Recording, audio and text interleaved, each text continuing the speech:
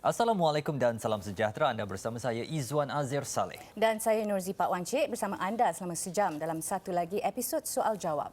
Jumaat ini Perdana Menteri Datuk Seri Mohammad Najib Tun Razak yang juga Menteri Kewangan akan membentangkan bajet 2018. Dan perkara paling utama yang diharapkan rakyat Malaysia ialah bagaimana bajet ini mampu menjamin kesejahteraan mereka berdepan dengan kos sara hidup yang semakin meningkat. Bertemakan Negaraku Membentuk Masa Depan, bajet kali ini turut dijangka memperkasakan upaya dan peluang rakyat untuk menceburi bidang keusahawanan selain mencarta hala tuju negara bagi mencapai aspirasi Transformasi Nasional 2050 atau TN50.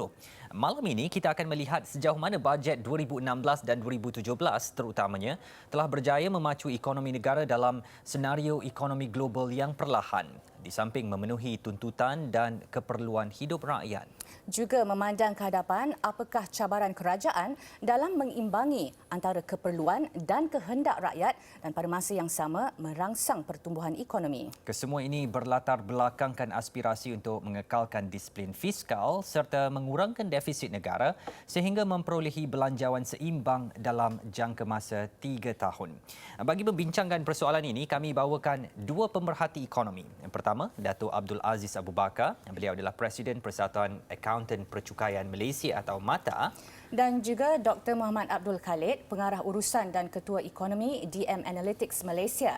Dr. Muhammad berkelayakan ijazah Dr. Falsafah Ekonomi dari sebuah universiti di Perancis, juga bekas pengarah penyelidikan di Institut Penyelidikan Khazanah, bekas Ketua Ekonomi di Suruhanjaya Security Malaysia serta penasihat teknikal kanan untuk Program Pembangunan Pertubuhan Bangsa-Bangsa Bersatu UNDP Malaysia. Dan kepada kedua-duanya, selamat datang ke Soal Jawab. Terima kasih kerana bersama dengan Soal Jawab. Dan kalau boleh saya nak mulakan dengan Dr. Muhammad dulu sebagai tetamu yang pertama kali dengan Soal Jawab.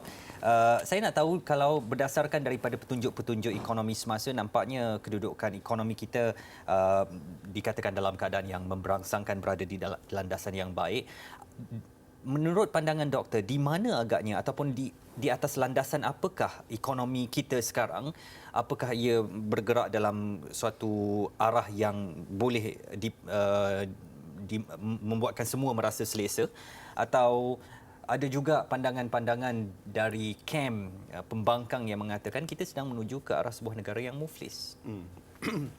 Okey, terima kasih jemput. Ya betul, pertama kali boleh jemput. Kalau kita tengok dari segi keuangan negara, bagi saya keuangan negara walaupun ekonomi bertambah baik, tapi keuangan negara tidak memberangsangkan. Sebagai sebab, pertama, kalau kita tengok hasil kutipan negara, tahun lepas kita kutip lebih kurang 212 bilion. Kita belanja operasi, bukan perbelanjaan pembangunan yang menjana pertumbuhan ekonomi. Operasi, banyak gaji, banyak hutang, kita belanja 210 bilion. Bermaksud daripada RM100 yang kita kutip, RM99 kita bayar untuk operasi. Balance untuk buat sekolah, untuk buat jalan, untuk MRT, kita hutang. Kita hutang hampir kesemuanya perbelanjaan pembangunan kita hutang. Itu nombor satu. Nombor dua, untuk menjana ekonomi, investment, future, pembelanjaan pembangunan ini penting. Macam tadi buat sekolah, hospital semua. Peratusan yang kita allocate untuk perbelanjaan pembangunan makin sejak 2008, sejak 10 tahun yang sudah, makin berkurangan. Sebelum ni daripada RM100 kita nak belanja, RM23 kita kata pembangunan. Dah kecil tapi tak apa. Sekarang ni RM17, makin berkurangan. Balance kita hutang. Dan jumlah hutang kita makin bertambah. Saya bagi dari segi relatif, saya bagi contoh. Tahun lepas kita bayar hutang 24 bilion. Perbelanjaan pembangunan untuk pengangkutan 10 bilion, pendidikan 6 bilion, perbelanjaan pembangunan untuk kesihatan 1.5 bilion. Camuk tiga ni benda yang penting, lagi sikit daripada duit yang kita bayar hutang. Malah kita tengok daripada jumlah hutang yang faedah lah, riba. Bukan riba lah, faedah. Faedah kita bayar dari segi peratusan operating expenditure kita ni makin meningkat. Walaupun ekonomi berbanding tahun lepas dengan tahun ini baik, tapi dari segi keuangan agak tidak memberangsangkan. Wow. Itu daripada satu aspek. Boleh sambung kan? Boleh. Okey. Dan saya nak tahu juga doktor, dari apa yang doktor katakan itu, kedudukan keuangan negara untuk bajet kali ini apakah positif atau mencabar? Amat mencabar. Itu nombor satu. Because ini bajet untuk tahun depan. Tahun depan dijangkakan ekonomi kita akan naik tapi pada kadar yang lebih perlahan daripada tahun ini. Bank Dunia, IMF, even Asian Development Bank ujurkan akan lebih perlahan tahun depan. Tahun lagi satu akan lebih perlahan lagi. Tapi kita tengok, walaupun ekonomi masih positif, ini betul ekonomi masih positif, tapi adakah rakyat merasakan kesan daripada pertumbuhan ekonomi ini? Ada macam dua mismatch. Bagi saya, kalau kita nak tengok kejayaan suatu polisi ni, siapa yang gembira? Rakyat gembira ke kerajaan gembira? Rakyat gembira itu penting sebagai petunjuk ekonomi itu berjaya. Sekarang ni nampak walaupun ekonomi naik, kedudukan ekonomi rakyat, people's economy menurut Perdana Menteri, tidak begitu memberangsangkan. Saya bagi sebab. Satu, kita tengok pendapatan isi rumah. Kita baru ni keluar pendapatan isi rumah naik 6.6%. Tetapi dulu 2012 hingga 2014 naik lebih kurang 13%. Lagi tinggi ni makin kurang. Malah pertumbuhan daripada segi average purata untuk golongan B40 paling rendah. Bukan selalunya golongan kaya pendapatan dia naik tapi naik pada kadar rendah. Sekarang ni 2014-2016 golongan ni paling rendah. Yang itu nombor satu. Nombor dua, kita slice pendapatan isi rumah. Banyak daripada pendapatan isi rumah, 65% daripada pendapatan isi rumah daripada gaji. Gaji tahun lepas tolak inflasi naik 0.9%. Bersamaan dengan RM17. Saya kena stres ni. Ni penting untuk ingat. Gaji tahun lepas naik dari segi nominal dia lebih daripada segi tolak kadar inflasi naik RM17. Sebab apa naik sikit?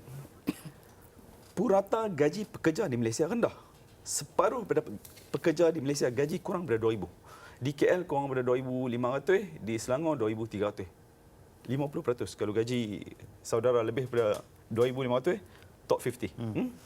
Gaji rendah. Dan gaji naik pada keadaan bertahan. Itu satu. 0.7%. Nombor dua, peluang pekerjaan. Tahun lepas jumlah orang yang tidak bekerja naik 13%.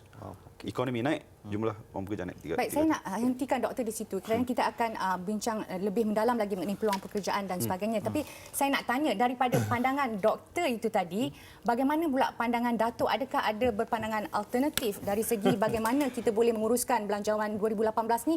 Adakah Datuk berfikiran positif atau sebaliknya? Okey, bismillahirrahmanirrahim. Assalamualaikum warahmatullahi wabarakatuh.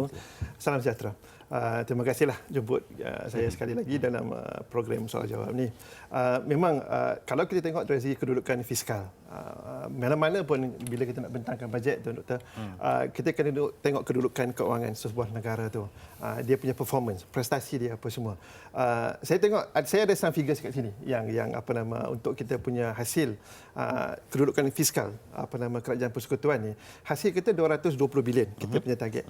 Daripada 220 bilion ni hasil ni 69 bilion daripada cukai syarikat, 30 bilion atau 40% daripada cukai individu.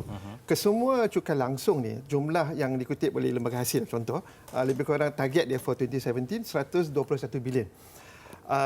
Dalam at the rate of lembaga hasil bergerak sekarang, saya rasa dia orang boleh capai 121 bilion ataupun mungkin lebih. Sebab yang saya difahamkan dia punya matlamat sebenar pihak lembaga hasil lebih kurang 127 ke 130 bilion. Dan saya rasa dari segi approach atau pendekatan yang dibuat sekarang oleh pihak lembaga hasil dalam negeri, contohnya macam compliance, bermakna aggressive tax planning punya isu oleh syarikat-syarikat yang besar, kes-kes penyiasatan cukai, kes audit apa semua ni terjurus ke arah satu prinsip yang kita panggil prinsip keadilan cukai. Prinsip ini merupakan satu prinsip yang supaya orang yang sepatutnya bayar cukai yang sepatutnya jumlahnya, bukan dia bayar cukai kurang daripada yang sepatutnya. So kalau kita tengok dari segi berbalik kepada keadaan fiskal, dari segi kedudukan hasil tu, kita target dalam bajet tahun lepas kita target 220 bilion kan. Dan daripada kita punya lembaga hasil daripada cukai langsung ni 121, kita akan surplus, kita akan melebihi daripada itu. GST kita bajet untuk tahun 2017 kita dapat 40 bilion. Saya yakin kita akan dapat lebih pada 40 bilion. Kita boleh mungkin dapat 41 atau 42 ataupun 45. Kalau kita tengok dari segi kita punya kedudukan hasil saja, walaupun kita cakap 220 bilion, Doktor, tapi kita punya, personally saya rasa dia akan melebihi daripada jangkaan kita. Dan bila kita cakap tentang belanja mengurus, kalau ikut 2017 punya bajet is 215, dan kita ada balance current account balance about 5 billion tu. Untuk memastikan sebuah negara itu berjalan dengan baik, dia mampu dan dia harus cukup duit untuk belanja mengurus tu. Kalau kita makna dari segi ni kita ada current account punya balance lebih kurang 5 bilion. Memang isu dia dari segi development punya expenditure. The development expenditure kita ada 45 bilion, 45 bilion, dan kita terpaksa saya rasa boleh dikatakan pinjam juga. Tapi pada masa yang sama kita ada PPP, bermakna ada private partnership dengan the GLC apa semua tu, supaya masing-masing letak private entity tu letak sini dan kerajaan pun letak, bermakna dia share dia punya cost of development expenditure tu. Dan kalau kita tengok dari segi defisit 2009 masa tu is about 6.7%, dan kita dapat gradually secara berperingkat kurangkan kita punya defisit. Dan saya rasa bila kita dapat kurangkan, saya rasa kita akan menuju ke arah kedudukan fiskal yang mampat, yang bagus. Cuma isu hutang tadi memang betul. Kita kalau ikut kita memang hutang kerajaan lebih kurang 656 bilion, which is lebih kurang 53% daripada KDNK kita. Dan kita harus faham, daripada 656 bilion ni, 629 bilion ni atau 50% ni merupakan hutang dalam negeri. Dia within macam kumpulan wang apa semua ni lah. So this bermakna pinjaman luar cuma 27 bilion, which is about 2.2%. Dia punya hutang memang tinggi, tapi kita still within kita punya 55% punya cap tu lah, 55%. Saya melihat daripada jawapan kedua-dua panel, kalau doktor mungkin agak skeptical sedikit dengan kedudukan ekonomi negara, Datuk mungkin sikit positif. Bagaimana agaknya pandangan anda berdua tentang ini adalah bajet yang hampir pasti adalah yang terakhir sebelum pilihan raya. Dengan pandangan dan hujah yang telah diberikan oleh doktor dan juga Datuk, bagaimana kerajaan perlu menggunakan bajet kali ini supaya bukanlah populis tetapi nak memenuhi hasrat-hasrat yang perlu dibawakan menjelang pilihan raya nanti. Dan saya nak tambah sikit, adakah kegusaran di pihak kedua-dua anda that the government will overdo it memandangkan ini bajet terakhir? Okay. Every year bila kerajaan draft the budget dari segi kedudukan pembentangan, dari segi hasil dan dari segi perbelanjaan ni, saya rasa populis tu tidak ada dalam, saya rasa lah pada pendapat saya tak ada. Dia lebih bersifat bertanggungjawab. I think it is a responsible budget. Dan saya rasa memang banyak kehendak pejabat awam, contoh dia nak 1,5 bulan gaji, dia nak ada pelarasan gaji, lepas tu ada masyarakat peniaga nak reduce the tax rate apa semua, dan individu nak ada minimum wage apa semua. These are all the kehendak apa yang perlu, apa yang dia orang nak. Tapi saya rasa kerajaan saya rasa boleh fulfill, dia boleh memenuhi, tapi keperluan. It is not the kehendak. Kita memang nak, kalau kita tengok macam ni lah, macam keluarga kan, anak kita nak yang ni kan, tapi sama ada dia memerlukan it is satu kehendak ataupun dia satu keperluan. Saya rasa kerajaan, to my opinion lah, pada pendapat saya, tidak, keperluan itu memang dia fulfillkan lah, dia memenuhi keperluan-keperluan rakyat. Tapi kehendak itu kita still tengok. Okey, kita nak berehat lepas ni, tapi saya nak dapatkan pandangan doktor dulu sebelum kita berehat. Bajet ada dua fungsi. Satu untuk belanja mengikut rancangan Malaysia yang jangka panjang lah, rancangan Malaysia 11, inclusive society, middle class, and improve bottom 40. Itu nombor satu. Nombor dua, address current issue. Apa current issue sekarang? Pekerjaan, kos harga hidup. Adakah ini akan dihuraikan?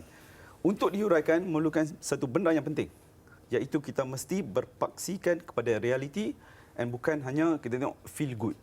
Kita tak boleh kata, oh, inflasi rendah. Inflasi rendah tapi rakyat yang belanja. Rakyat tak kata inflasi rendah. Cost of living isu penting. Dan kita tengok apa yang kita buat sepanjang ni, B40 dengan BRIM kita bagi macam, tapi pertumbuhan untuk B40 paling rendah. Kita tengok, kita hendak ke arah negara yang lebih adil. 2014 hingga 2016 negara tidak adil sebab kita tengok agihan pendapatan untuk golongan B40 makin menurun. Inequality tak berubah. So walaupun ini kita tumpukan, dah tulis dalam rancangan Malaysia ke-11, tidak berhasil. Tapi kalau kita masih kata, inflasi rendah, ekonomi masih betul. Saya tak kata ekonomi tak betul. Kita harus berpaksikan kepada realiti yang ada benda yang tidak betul. Kita harus kata, okey, ini problem, let's address this. Itu penting. Okey. Baik, Datuk, seorang yang mempunyai pekerjaan sebagai pakar ekonomi dan sepanjang masa saya kira pekerjaan itu berkiblatkan kepada data dan fakta. Jadi realiti di lapangan lain dan datanya pula berbeza. Jadi kita nak dapatkan maklum balas daripada Datuk dan merungkai isu ini lagi selepas ini. Jadi teruskan bersama soal jawab. Kita akan kembali selepas ini.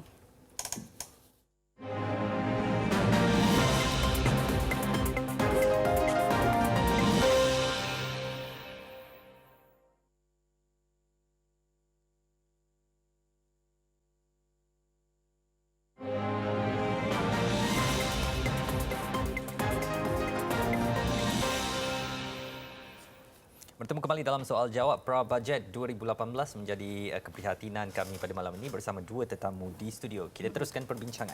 Tadi saya silap ajukan soalan sebenarnya untuk doktor. Doktor seorang pakar ekonomi, hidup dan bekerja bergelumang dengan data dan fakta. Dia sama. Sama. Tapi yang bagi pendapat tadi berkenaan dengan kos sara hidup dan data-data ekonomi itu nampak agak bercanggah sedikit. Jadi saya nak dapatkan kepastian daripada doktor, bagaimana kita make sense of the data tu pada masa yang sama realiti di lapangan membabitkan rakyat semua itu berbeza. Jadi tolong bantu kami fahami. Okey, boleh. No problem. Pasal kita tengok benda yang lain.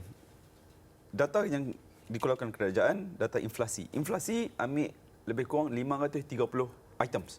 Bahan makan, pengangkutan, pakaian, telekomunikasi, semua 530. Kita tengok peningkatan daripada 530 ni. Of course, kita tak beli 530 barang tiap bulan. Kita beli sikit. Betul. Daripada 530 item ni, inflasi baru ni 4.3%. Naik 4.3. Rakyat tak rasa 4.3. Because rakyat dia beli selalu, terutamanya golongan susah. Kalau golongan susah, kebanyakan daripada expenditure dia adalah untuk makanan.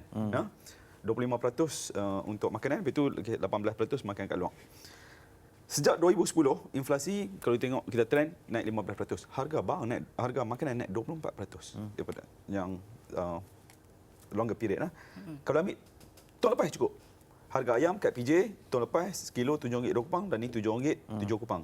Harga Kailan ikan naik harga ikan pun. Harga ikan soal kata harga kailan naik RM5 hingga RM7 2 kupang 31%, bayam hijau RM1 9 kupang naik RM3 2 kupang. Lebih kurang 41%. Harga ni naik. Ada juga harga turun. Telecommunication actually harga turun. And we can feel harga telecommunication turun. Tapi kita tak beli smartphone setiap hari. Kita beli ayam, ikan, sayur, and harga ni memang naik. Sebab apa harga barang naik? Harga barang naik, satu kita rasa okey lagi. Kalau gaji pun naik, gaji tak naik. Tadi saya dah bagi tahu gaji naik 0.1. Harga barang lagi tinggi. Not only harga barang naik, harga kos untuk kesihatan pun naik, lagi tinggi daripada inflation, dan kos pendidikan dan kos pendidikan dan kesihatan. Sebab apa harga barang naik? Tiga benda. Satu, pengurangan subsidi sejak 2013. 2013 jumlah subsidi kita boleh discuss later lah adakah ini bagus tak bagus. Tapi ini memberi kesan. 2013 subsidi 43 bilion, tahun lepas dalam 24 bilion lebih kurang. Ditarik balik. Satu. Beras, tepung, gula tak apa, diabetik. Minyak masak naik dekat 30%. Ini menyebabkan harga naik. Itu nombor satu. Nombor dua, GST. Ini tak boleh dinafikan. Nombor tiga ni penting. Kejatuhan nilai ringgit. Nilai ringgit against US dollar sejak 2011 jatuh 40%, against Singapore dollar 30%, against UK dengan euro pun jatuh double digit. Ini memberi tekanan. Kita import banyak bahan makanan, bukan hanya daripada sini, daripada negeri berdekatan. Against Thailand pun kita jatuh. Against Filipina kita jatuh. Dengan Bangladesh pun kita jatuh. Bangladesh kita jatuh 30%. Apa kesan dia bila jatuh ni? Kita import 97% susu. Kita banyak US dollar jatuh. Kita import 70% daging. Kita makan banyak daging. Kita import 50% buah, 30% sayur. Kita import dalam US dollar. Bila ringgit jatuh, ini memberi tekanan kepada kenaikan harga barang. Rakyat beli tiap-tiap hari. So dia boleh rasa kenaikan. So bila kata inflasi 4 bulan ni, kita tak boleh. Saya beli sayur baru ni naik tinggi. Macam boleh 4.3. data yang dikeluarkan dan apa yang rasakan adalah berbeza. Okey, boleh saya tambah sikit? Ya. Memang kos sara hidup ni merupakan satu isu rakyat secara keseluruhan. Kalau bermakna kalau kita tengok dari segi poin yang paling atas sekali, concern atau kerisauan rakyat adalah kos sara hidup. Kita ada 3 elemen penting dalam kos sara hidup ni. Nombor 1 makan minum lah, macam doktor cakap tadi. Yang kedua pengangkutan, yang ketiga perumahan. Dan doktor pun sebut tadi tentang ikan, tentang ayam kan. Okey, saya bagi satu isu ikan. Isu ikan ni sekarang. Isu ikan ni isi kan bila nelayan asing, kita kena tengok secara keseluruhan, secara holistik apa yang berlaku dekat harga ikan ni. Bila nelayan-nelayan asing datang ke perairan Malaysia, lepas tu dia orang ambil kita punya ikan dan hasil laut tu, the total value of hasil laut yang hilang kepada nelayan asing adalah lebih kurang 5 bilion a year. 5 bilion setahun. Banyak tu. Dan selain daripada itu, bila jadi macam tu, ikan kurang. Kan bila ikan kurang bila ikan kurang kita import, dan bila ikan tu kurang kita punya supply tak cukup, bermakna dia punya demand meningkat, harga akan meningkat. Satu isu. Yang kedua, adanya orang tengah. So kalau kita tengok nelayan, harga ikan yang dia hasil laut dia ambil, dia jual dekat peraih ni, dekat orang tengah ni, yang membuat margin keuntungan yang banyak is the middleman. Dia orang ni tak pun, sebab tu nelayan sampai bila pun macam tu. Sebab because dia orang tak boleh sampai ke the consumer. So, sebab kena ada satu orang tengah yang duduk dekat pantai tu memborong habis semua, dan dia beli daripada nelayan yang harga yang rendah. Dah lah ikan tak cukup dekat laut tadi, kan? Orang the foreign nelayan asing dah ambil. Apa yang ada pun bawa ke pantai, orang tengah ambil, dia yang ambil untung banyak. Lepas tu by the time sampai kat kita, the consumer, memang harga tinggi. Sebab tu apa yang isu ayam saya tengok. Isu ayam ni kalau kita faham, dia ada sindiket tau. Adalah sedikit-sedikit syarikat-syarikat yang control the price of ayam ni. Isu ni merupakan satu isu yang sensitif. Kalau hari ni dia bangkit, besok pagi dia bangkit, kita boleh naik harga barang ayam 1 kilo berapa. So sindiket tu memang boleh buat. So tak boleh nak buat apa. Kalau you KPDNKK pergi ke pasar, tanya harga, kita macam mana nak buat? Kita dapat supply pun harga macam ni. Takkan kita nak jual harga cheaper than apa kita beli. So itu ada sindiket yang kontrol harga ayam tu. So apa yang kerajaan buat, apa yang kerajaan dah buat is actually nombor satu is actually dari segi nelayan asing tadi, duk pergi curi kita punya ikan apa semua tu. Correct. APMM kena ada penguatkuasaan, perlu ada dia punya aset-aset perlu ada lah. Maknanya kalau kita punya boat ni slow, macam mana nak kejar boat nelayan asing itu laju tu? So perlu ada satu cara macam mana pembelian aset apa kita buat lah, supaya nak mengelakkan daripada berlaku yang nelayan asing ni curi kita punya ikan ni. Yang kedua, orang tengah tadi, saya rasa kerajaan ada buat My Farm Outlet, Agro Bazaar. Perkara ni satu perkara yang bagus tau, macam pasar tani kan. So nelayan, petani, peladang apa semua tu boleh bawa hasil dia datang terus ke sini dan terus jual. Dia orang get a better profit margin. Bermakna the peladang petani tu, and then kita dapat a better price. Harga belian kita, our purchase price akan lebih murah, and dia orang dapat margin yang lebih tinggi. Saya fikirkan perkara-perkara itu perlu diperluaskan lagi, Datuk, supaya rakyat akan mendapat manfaat terus daripada apa yang nak diperkenalkan kerajaan. Saya nak tarik Datuk dan Doktor kepada isu dah disentuh tentang harga makanan ini, tentang kemiskinan bandar yang dirasai oleh masyarakat bandar ni. Di atas kertas statistiknya menunjukkan penurunan dengan hanya ada 1% sahaja golongan miskin bandar ni. Tetapi tekanan yang dirasakan itu seolah-olah di luar daripada apa yang dikatakan di atas kertas tu tadi, dan ini memerlukan perhatian serius daripada kerajaan. Mungkin Doktor nak ulas apa langkah-langkah yang boleh diambil supaya kemiskinan bandar ni nampak di atas kertas hanya 1%, tetapi yang dirasai di akar umbi itu juga refleksi kepada apa yang dilaporkan itu. Statistik sebenarnya saya rasa kemiskinan bandar 0.4%. Almost tak ada. Berdasarkan statistik, berdasarkan macam mana kita calculate kemiskinan. Tapi kalau kita tengok comfortable living, hidup, Bank Negara ada buat kajian, tahun lepas dia keluarkan kajian ni dalam annual report dia. Kalau seorang tu di KL, hidup seorang, dia perlukan 2,700 sebulan. Kalau dua orang, dia perlukan 4,500. Kalau dia ada dua orang, laki bini lah, campur anak dua orang, dia perlukan 6,500 untuk hidup dengan selesa. Kalau berdasarkan limit ni, berapa ramai yang miskin, yang hidup bawah daripada sini? Kalau seorang tu, kalau kurang daripada 2,700 di bandar, 1 daripada 5 kurang daripada 2,700. Yang partner diorang 1/4. Kalau yang anak-anak 1/3. Kalau ini dikatakan kadar kemiskinan, seorang yang ada laki bini dengan anak diorang, kadar kemiskinan adalah 33%. Ini tidak yang satu yang harus kita malu. Negara maju dia tak tengok dah. Okey, below 1,000 hang miskin. Tak tengok. Dia tengok dalam relative term.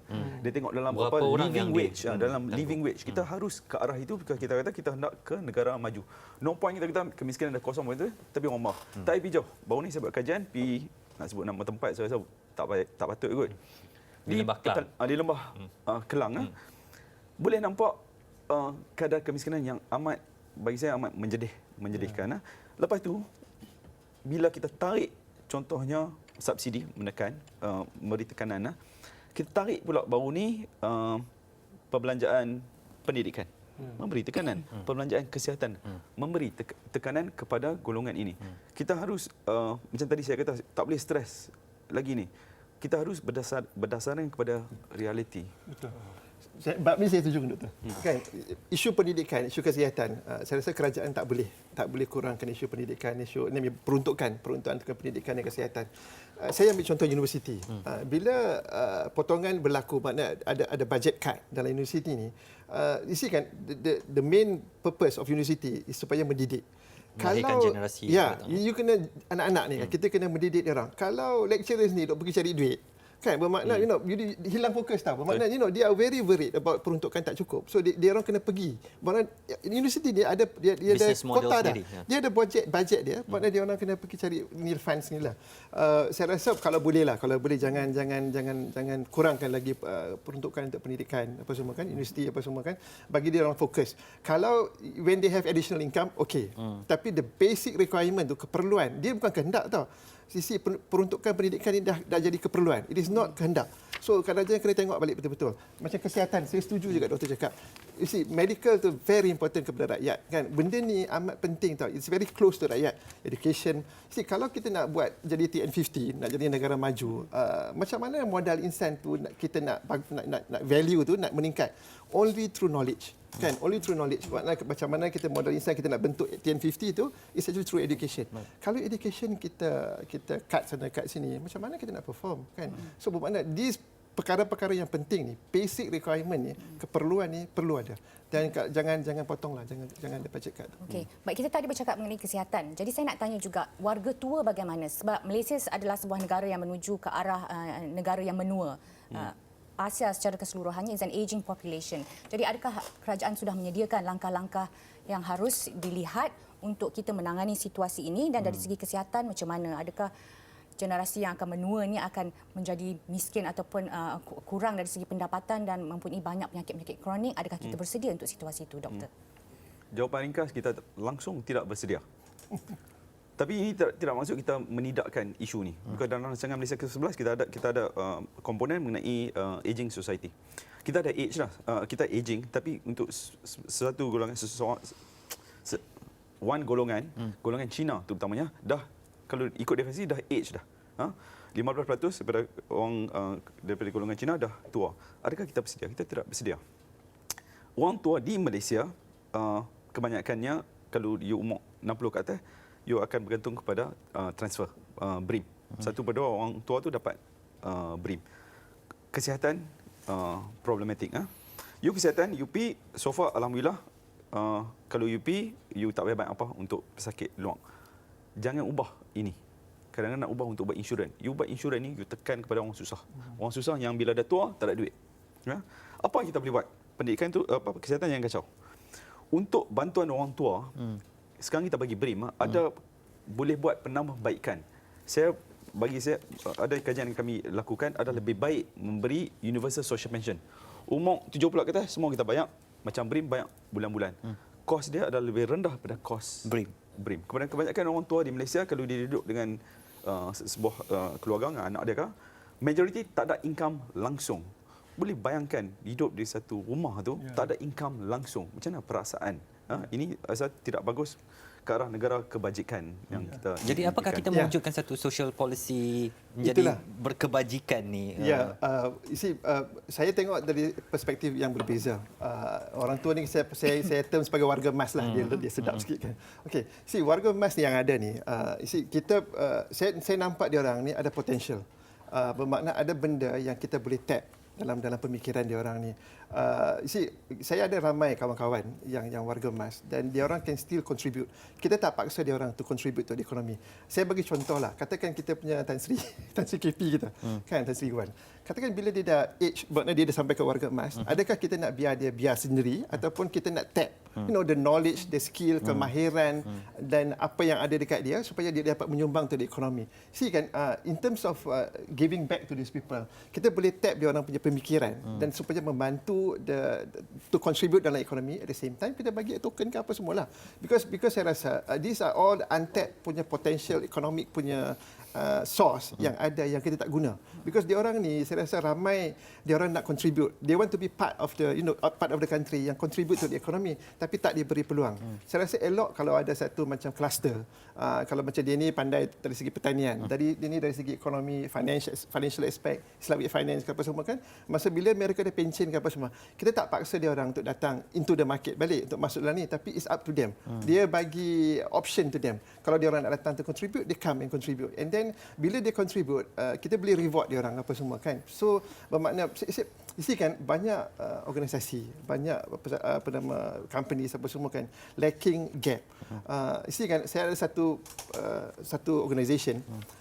Bila kita ambil all the fresh graduates yang semua yang pandai-pandai, yang Dean Slade, for flat apa semua ni kan, dia memang ikut peraturan, ikut undang. You cannot compromise. Dan kes-kes tak boleh selesai. Kan? So bila benda-benda macam tu berlaku, susah. So sebab tu kena ada petua lah. Kan orang tua-tua ni dia banyak, orang warga emas ni dia ada banyak petua. Dia kena bagi dia punya knowledge and then experience, pengalaman dia kepada to these people supaya elemen PR tu, makna macam mana nak compromise, berhubung, interpersonal skill among the people dapat diselesaikan. Dan saya rasa kita kena tengok warga emas ni bukan satu liability, tapi we have to look at them as an asset yang kita boleh tap dia punya the mind yang pemikiran yang ada pada dia orang. Baik, kita nak berhenti rehat sekali lagi Zuan ya. Betul. Tapi sebelum tu kita nak ajukan soalan, nanti kita nak bercakap lebih lanjut mengenai kumpulan M40 ni.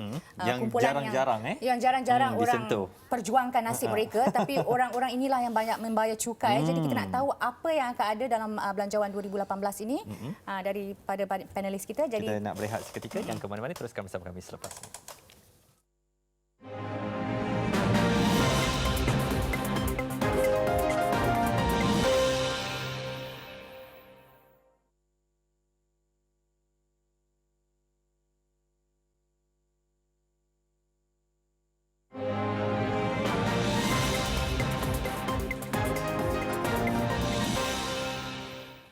Terima kasih anda masih lagi bersama Soal Jawab, dan sebentar nanti kita nak lihat bagaimana perancangan kerajaan kepada kumpulan pertengahan atau M40 ni, yang kumpulan yang jarang-jarang pada pandangan kami diberi tumpuan kerana banyak tumpuan diberikan kepada B40. Tapi kita mulakan dahulu kepada B40, mereka yang berpendapatan RM3,900 ke bawah dengan disokong oleh bantuan BRIM yang kadarnya naik tahun demi tahun.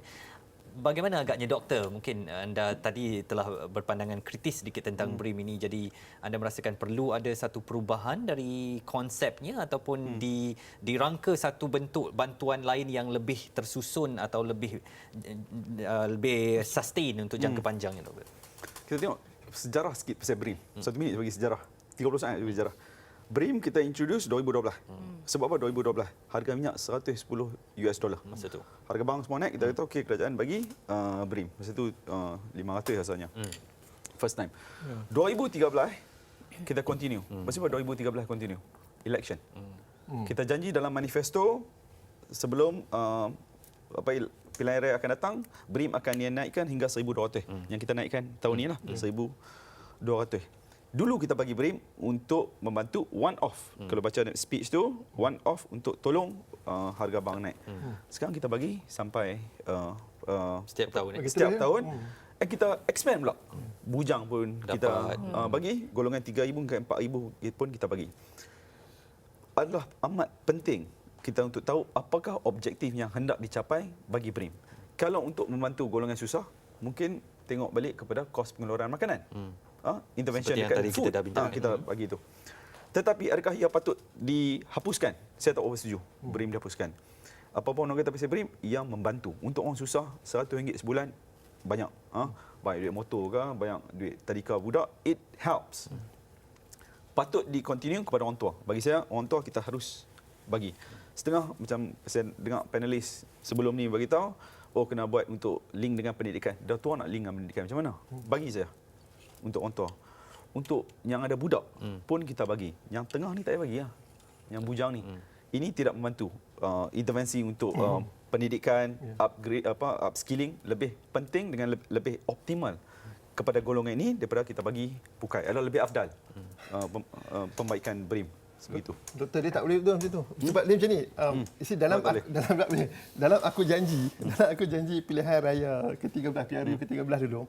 Saya memang tengok bila nak pilihan raya ni, kita kena tengok apa yang kerajaan duk janji dulu dekat orang, kan, dekat rakyat apa semua. So bermakna kalau tahun depan kita punya pilihan raya, makna kita kena fulfill lah the promise tu.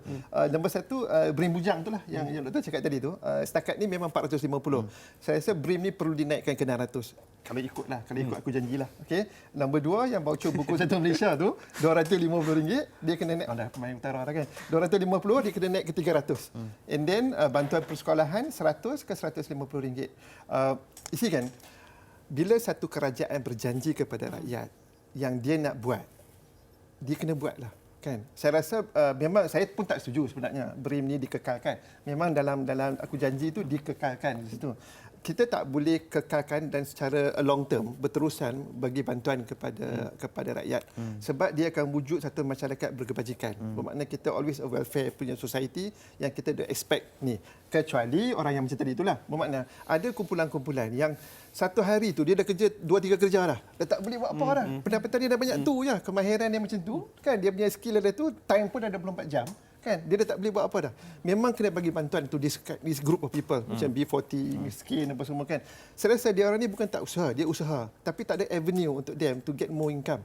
Sebab tu, satu sebab apa? Dia tak ada dia punya skill, kemahiran tak ada. Sebab tu kerajaan apa yang dia buat sekarang, dia bagi ciri-ciri training dari segi keusahawanan, bantu apa semua kan. Tapi macam doktor cakap betul lah, orang tua-tua ni kan takkan dia nak pergi belajar lagi apa semua kan, memang susah.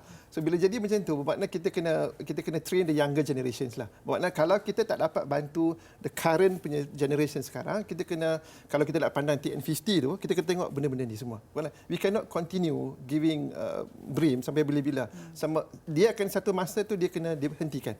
Kan, one fine day kita kena buat. Tapi at that time kita punya pendapatan semua dah okey. Kan, kalau kita punya B40 tu dah move semua ke M40 dah, kan, contohnya, then okey lah. Bermakna dari segi dia punya pendapatan semua dah okey. I think for one fine day kita boleh hapuskan. Baik, kita nak berganjak kepada M40 pula. Kumpulan yang jarang-jarang diberi perhatian dalam bajet tiap kali. Yang kali terakhir mendapat pelepasan khas cukai individu sebanyak RM2,000 adalah pada tahun 2013 dan 2015. Sedangkan majoriti mereka adalah pembayar cukai. Jadi persoalannya, apa yang boleh kita jangkakan dari segi pendapatan boleh guna untuk kumpulan M40 dalam bajet kali ini? Okay. Alright. Disposable income ni salah satu cara macam mana kita dapat bantu the middle income. Kita selalu middle income kalau dari segi rakyat is the M40 itulah. Kalau dari segi syarikat, is actually the PKS lah. Okay, kita tengok dari segi individu dulu kan.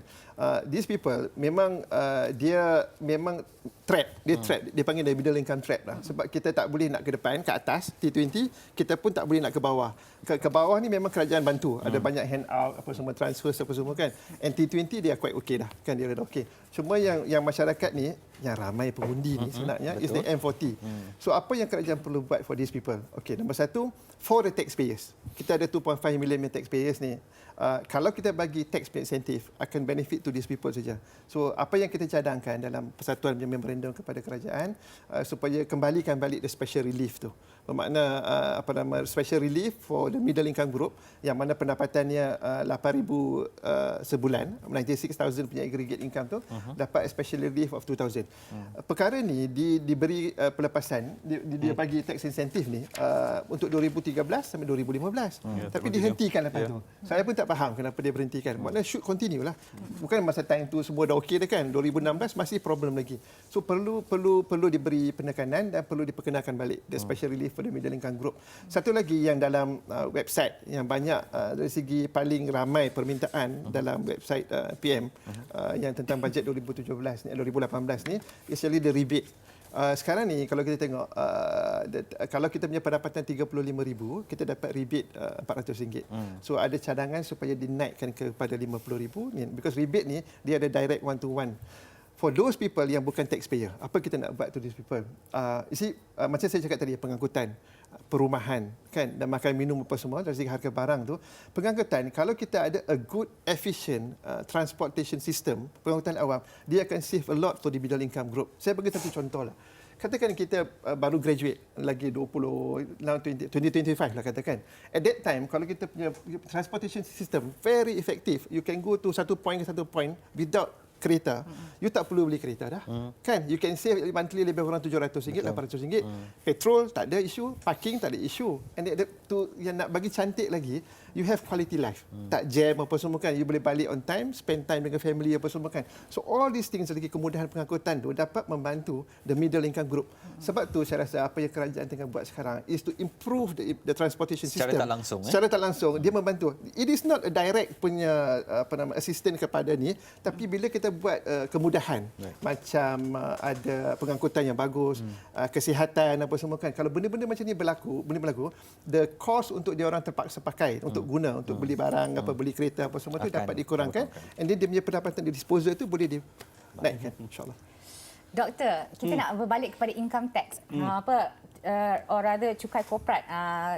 Kalau doktor ada lihat perbincangan kita pada minggu lepas, kita ada cadangan panelis mengesyorkan supaya cukai korporat dipotong untuk bajet tahun depan agar merancakkan pertumbuhan ekonomi kembali dan seterusnya membolehkan syarikat menjana lebih banyak peluang pekerjaan.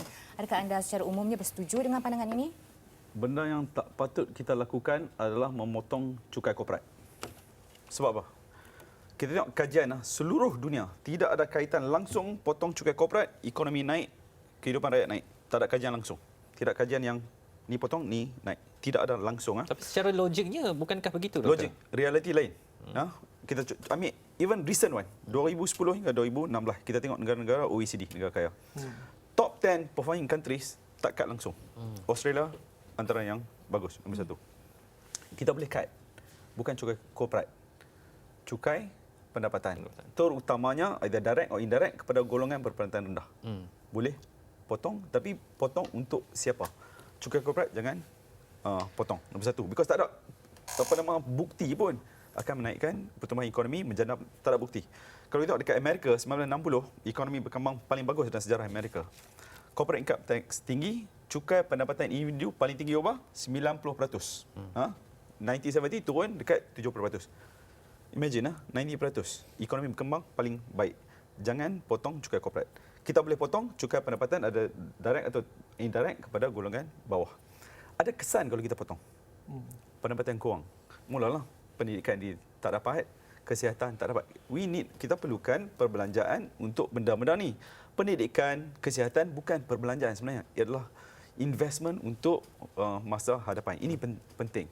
Cukai memainkan peranan untuk perbelanjaan untuk dua sektor penting ni. Okey, saya dapat bayangkan doktor tak popular di kalangan golongan korporat pada malam ini. Saya tambah sikit. Kita selalu discuss cukai ni menekan golongan orang kaya. Ini tak betul. Sebenarnya cukai di Malaysia menekan golongan susah. Saya bagi sebab. You susah kat sini, gaji, makan gaji lah, M40 contohnya. You bayar income tax. You bayar GST. Orang kaya tak gaji sangat. Dividen. Berapa tax? Dividen tak ada. Zero. Zero tax. Capital gain tax, zero. Flip properties after 5 years, zero. Inheritance tax, bagi duit kau, masa hidup, semasa mati, estate tax, kosong. Negara lain semua ada. France pun ada. Negara maju ada. Kita tak. Kadar tax system di Malaysia lebih, orang kata selalu progresif. Cukai pendapatan progresif. Kita tengok dari keseluruhan, amat tidak adil kepada golongan susah. Baik Datuk, sebagai accountant. silakan. Okey. Setuju tak setuju? Okey, cukai korporat tu bila kerajaan memperkenalkan GST, cukai korporat ni memang dah dikurangkan secara berperingkat. Ya. Dari dulu 25% apa semua kan, so sekarang dah sampai 20%.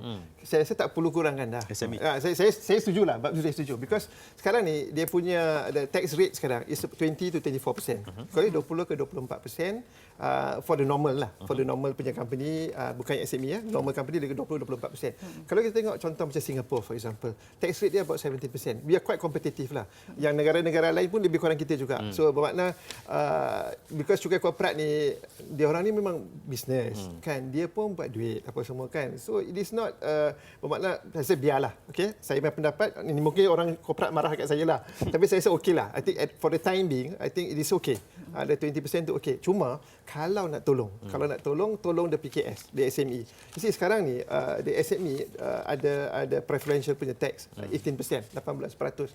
Bagi pendapatan 500,000 yang pertama dikenakan pada kadar 18%. Lepas tu kalau lebih pada 500,000 tu dia kena at 20 to 24%. Apa yang kita cadangkan macam the middle income group tadilah dekat individu tu kan. So apa yang kita cadangkan kepada kerajaan to increase the first 500,000 tu kepada the first 1 million.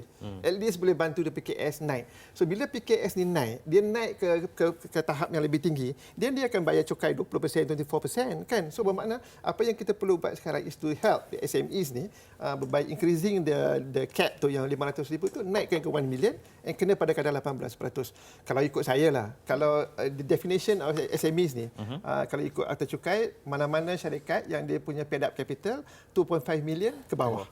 Kan, 2.5 million ke bawah. So these people, saya rasa kalau mampulah bagi terus je 18% tu, tak usah kira 500,000 ke apa, just for the SMEs tu. So bila syarikat ni dah besar, dia increase dia punya paid up capital tu, dan dia akan bayar cukai yang biasa juga. So sekarang ni kita bantu dia dulu, because SMEs are the one yang banyak contribute to the economy kan. Kalau kita tak jaga dia, orang tak pupuk dia betul-betul, macam mana nak membesar kan. Sebab tu kena perlu ada ni.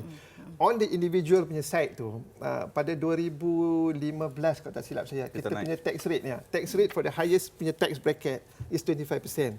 So bila 2016, 2018, kami pun terkejut sebenarnya doktor. Sebab kerajaan saya kata tak terkejut.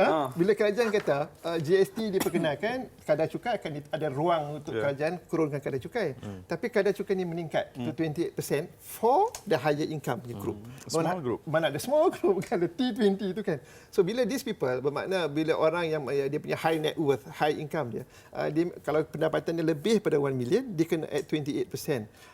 Saya rasa harap-harap jangan turun lah pula kan kali ni kan. So maintain at that point, and then saya rasa because these people memang patut dikena cukai kan. Kalau you ada pendapatan yang lebih tinggi, you bayar lebih cukai lah kan. Tapi jangan lupa bantu the middle income kan, the middle income punya group. Okey, isu cukai ni pastinya antara yang paling gentar atau paling gerun mendengar adalah graduan-graduan kita yang baru nak memulakan kehidupan. Mereka dibayar gaji antara RM1,600 hingga RM2,600 sebagai gaji permulaan.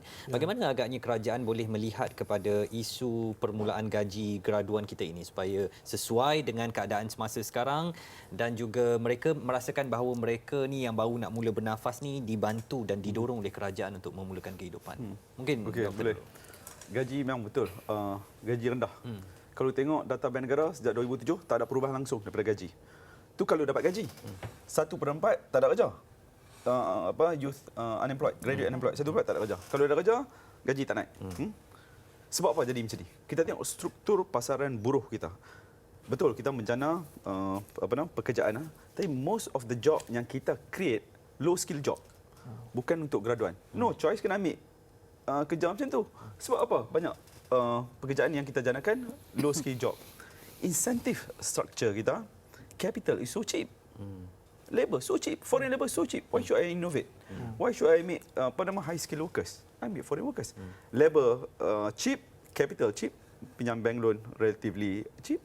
That's why productivity yang menjana pendapatan tinggi untuk graduate, untuk dapat kerja lebih bagus, productivity is very low because kita allow dua ni. Jadi perlukah kita kurangkan foreign labor ni? Ada setengah pekerjaan kita perlukan foreign labor. Banyak pekerjaan kita tak perlukan foreign labor. Struktur ini harus diubah, kena berlaku adil kepada graduan kita. Doktor melihat ada usaha itu ke arah kerajaan untuk mengawal foreign labor ini? Secara junior tidak. Belum lagi. Apa sebab kita banyak mengeluarkan medium skill dengan low skill jobs? Adakah polisi pendidikan kita tidak refleksi kepada keperluan industri yang sebenar atau bagaimana? Betul. Dia macam ni, bila saya selalu bagi career talk to the students kat universiti apa semua kan, saya cakap kat dia orang, bila dia orang belajar, you acquire knowledge to pass exam atau you acquire knowledge to apply knowledge tu. Sekarang ni anak-anak, the students, apa yang dia kena buat kat universiti is actually to acquire knowledge to apply. Kita banyak interview students kan, bila dia orang dah habis graduate apa semua datang kan, memang dari segi kelulusan memang okeylah, bagus apa semua, tapi to apply knowledge yang dia acquire tu tak boleh. Sebab tu benda ni perlu ada. Saya bagi satu contoh, Yayasan Peneraju. It is very good punya setup yang dibuat oleh kerajaan. You know why? Because this budak-budak ni, bila dia orang go through the process pembelajaran through university apa semua, it is being coached and monitored by Yayasan Peneraju. And you know, dia punya minimum wage for the program, budak-budak ada program yang Yayasan Peneraju ni is 5,000. 5,000. Graduate is 5,000. You know why? Sebab dia dah bagi value add punya skill, English for example. Kan, lepas tu dari segi interpersonal skill, values apa semua kan. Semua ni dia bentuk dalam anak-anak ni supaya bila dia orang keluar, sebelum dia habis program dengan Yayasan Peneraju tu, pendidikan ni, dia dah all the JLC dah tunggu dah ambil dia orang itu. So kalau benda ni dapat diperluaskan supaya boleh wujudkan lebih banyak lagi graduan-graduan yang dia punya values dia macam tu, I think it will in a way membantu in terms of dia punya gaji itulah. Saya setuju. Tapi ia tak cukup. Peluang pekerjaan harus match dengan apa yang kita keluarkan. Sekarang peluang pekerjaan lebih kepada low skill or mid skill yang the country tak perlukan pun. Bukan kita ke arah negara maju. Insentif yang kita berikan untuk industri yang masih low skill. Sebab itu kita panggil industri kita premature deindustrialization. Kita tak pergi manufacturing macam Japan, Korea yang perlukan high skill. Kita terus kepada services industry. Services industry bukan high skill jobs. High skill job dekat banyak manufacturing, high end products. We neglect that part. Jadi betul, saya setuju kita perlukan graduan yang fleksibel, yang banyak skill. Tapi jobs creation itu penting. And polisi kerajaan penting untuk membina, untuk menggalakkan, menjana pekerjaan yang peluang pekerjaan yang berpendapatan tinggi. Jadi memandang ke hadapan, polisi itu yang harus diperbaiki. Exactly. Baik, Kita dah berada di penghujung pertemuan kita. Soalan terakhir. Soalan terakhir kami untuk kedua-duanya dalam masa yang ringkas sahaja. Harapan kepada pembentangan bajet 2018 ini dalam kita nak memacu jalan kita ke arah sebuah negara maju. Ini antara tahun-tahun terakhir sebelum kita berada di ambang negara maju ni, apa agaknya intipati yang perlu betul-betul kita tekankan dalam bajet-bajet? Ya, Doktor. Yakinkah anda kita mampu mencapai negara aspirasi berpendapatan negara tinggi 2020, yang itu kita takkan capai.